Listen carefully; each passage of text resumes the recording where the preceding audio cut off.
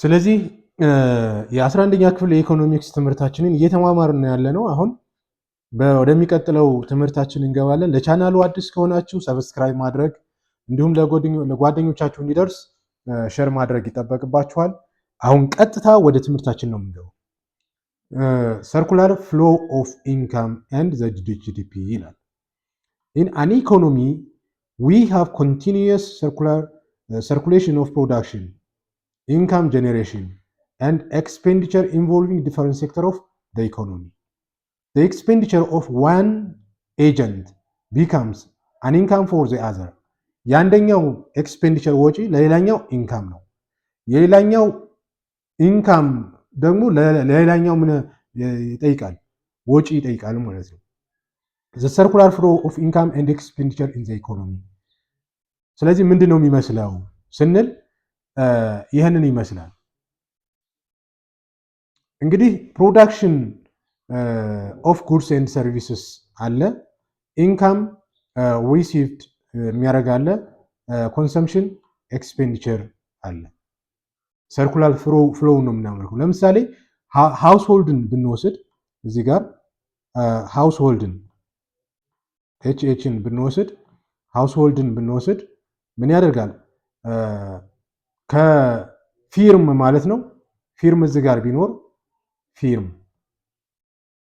ፊርም እዚህ ጋር ቢኖር ፊርሙ ጉድስ ኤንድ ሰርቪስ ያመርታል። ሲያመርት ለማን ይሸጣል? ለሃውስሆልዱ ይሸጣል። ለሃውስሆልዱ በሸጠበት ጊዜ ከሃውስሆልዱ ምን ያገኛል? ፊርሙ ገቢ ያገኛል ማለት ነው። መልሶ እንደገና ደግሞ ፊርሙ ከሃውስሆልዱ ፋክተር ኦፍ ፕሮዳክሽን ይገዛል። ለምሳሌ ሌበር፣ ላንድ፣ ካፒታል ምናምን። ይህን ሲያደርግ ወጪ ያወጣል ፊርሙ ማለት ነው። ስለዚህ የአንደኛው ኢንካም ለሌላኛው ወጪ፣ የሌላኛው ወጪ ደግሞ ለሌላኛው ኢንካም የሚሆንበት ሰርኩላር ፍሎው እንደሆነ መረዳት ያስፈልጋል ማለት ነው። From the purpose of measuring GDP, the economists recommend aggregate the relevant expenditure or income. Adding up all spending on the current final goods is the same as adding all the relevant incomes. Every transaction that affects expenditure must affect income. ስለዚህ ትራንዛክሽን ኤክስፔንዲቸርን አፌክት የሚያደርግ ከሆነ ኢንካምም አፌክት ያደርጋል። ኤቭሪ ትራንዛክሽን አፌክት ኢንካም መስት አፌክት ኤክስፔንዲቸር። ትራንዛክሽኑ ማለት ነው ኢንካምን አፌክት ካደረገ ኤክስፔንዲቸሩንም ደግሞ በተዘዋዋሪ መንገድ አፌክት ያደርገዋል ማለት ነው። ሰፖዝ ዛት ኤ ፊርም ፕሮዲውስስ ኤንድ ሴልስ ዋን ሞር ሞባይል ፎን ቱ ሃውስሆልድ። This transaction rises to expenditure on phones, but it has also an equal income effect on total income. If the firm produces extra phone without hiring any more labor, such as making the production process more efficient, then the profit increases. ትርፉ ይጨምራል ማለት ነው። If the firm produces extra phone by hiring more laborers, wage increases. ደሞዝ ይጨምራል። ቦዝ ኬዝ ኤክስፔንዲቸር ኤንድ ኢንካም ኢንክሪዝ ኢኳሊ ማለት ነው። አክቲቪቲ 3.4 ምንድነው? አሲዩም ሃይፖቴቲካል ኢኮኖሚ ዊዝ ዘ ቫልዩ ቴብል ኢን ቴብል 3 ካልኩሌት ዘ ጂዲፒ ባይ ዩዚንግ ኤክስፔንዲቸር አፕሮች ነው የሚለው። ስለዚህ 3 ላይ ጂዲፒ ዳታ ኦፍ ሃይፖቴቲካል ዳታ ነው እንጂ ትክክለኛ ሪል ዳታ አይደለም። ኤንድ ኮምፖነንትስ ኦፍ ኤክስፔንዲቸር 2010 ኢን ሚሊየን ኢቲቢ። ስለዚህ በኤክስፔንዲቸር አፕሮች ጂዲፒን አስሉ ነው የተባላችሁ። በኤክስፔንዲቸር አፕሮች ጂዲፒ ማለት ጂዲፒ ኢዝ ኢኳል ቱ ኮንሰምፕሽን ፕላስ ኢንቨስትመንት ፕላስ ገቨርንመንት ፐርቼስ ፕላስ ኔት ኤክስፖርት ነው። ስለዚህ ኮንሰምፕሽን ስንት ነው የተገኘው? በስሩ ምን አለ? ኮንሰምፕሽንን በሶስት ከፍለን አለ ከዚህ በፊት ነን ዱሬብል ጉድስ፣ ዱሬብል ጉድስ፣ ሰርቪስ ድምር ነው ኮንሰምፕሽን ማለት ነው። ስለዚህ 600 አለን እዚህ የኢትዮጵያ ብር ማነው 6000።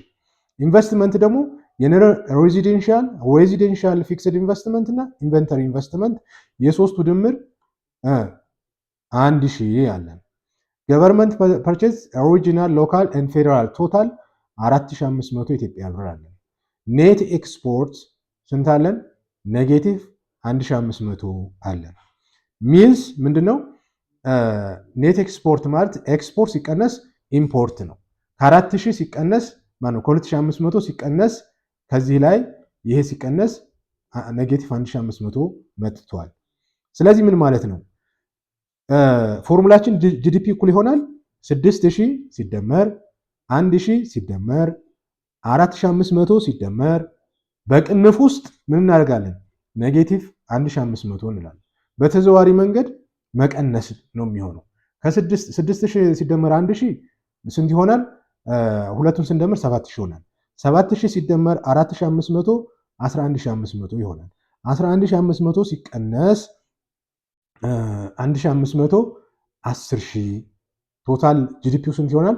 10000 ይሆናል ማለት ነው። ስለዚህ ይህንን በዚህ መልክ ማስላት እንችላለን ከአክቲቪቲውን ለመስራት ማለት ነው። የሚቀጥለው ደግሞ ትምህርታችን ምንድነው? ፕሮብሌም ዊዝ ጂዲፒ ሜጀርመንት።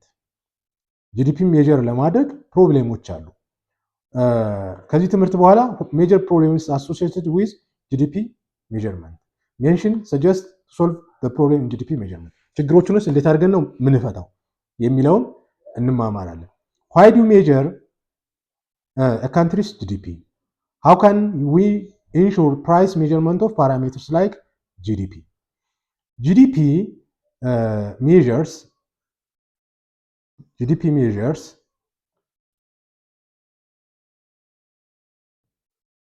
measures some common problems. Double counting is the main one. አንደኛው ችግር ምንድነው? double counting ነው። We may wrongly